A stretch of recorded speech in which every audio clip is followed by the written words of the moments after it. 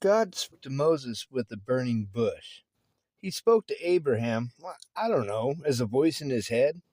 God spoke to the prophet Balaam using a donkey.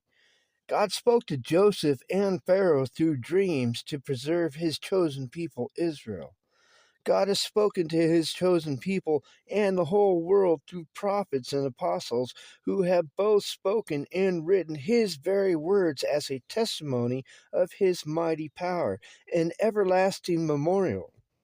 God is so freaking hilarious. Now he is using a jackass whom he speaks to with dreams, a voice in his head, and through revelation that doesn't even come until the writing has begun. It sure would seem God is using repeating themes here, you think? So, how does the burning bush fit in?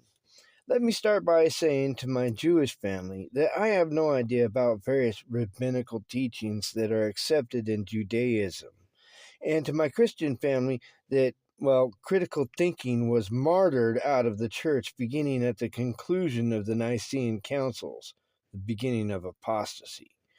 So I go to scripture and I read about how even the rocks cry out.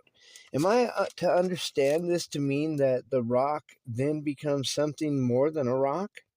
Maybe I am to understand that God's Spirit fell on the rock, and it is the Spirit within the rock that cries out. But when I consider Balaam's donkey, doesn't the donkey reason with him as a donkey would and say, "Why are you being a jackass?" Okay, I'm paraphrasing. I'm laughing out loud because I know how God the Father and lovely Spirit speaks, and I conclude that it was a donkey who knew God that was talking to Balaam. Likewise, it must be the rocks having God's Spirit poured out upon them that are singing their own song. But the burning bush actually says to Moses, "I am that I am." Now, clearly, Moses is speaking to God, but am I to believe that that specific bush was actually God? No, I don't think so, because it was a bush before God used it. It was still a bush as God was using it, and when God was done speaking to Moses that day, it still remained to be a bush. Well, if God could have told Moses what to do by a voice in his head or a dream, why use a burning bush? I know what you're thinking, and many have probably taught that it was because Moses wouldn't have got the message otherwise. Well, only people who have never heard God at all would say that, because God speaks to his children very loud and clear using any language he chooses. So now, my most logical conclusion is that God was speaking to everyone who reads his word about how he spoke to Moses with a burning bush. And I should note that that bush gets some creds because it delivered God's message without any ego or emotional bias, unlike prophets and donkeys. Rabbit trail. To anyone who sees and hears my heart that is in agreement with me, please pray for me. The spiritual warfare is really taking its toll.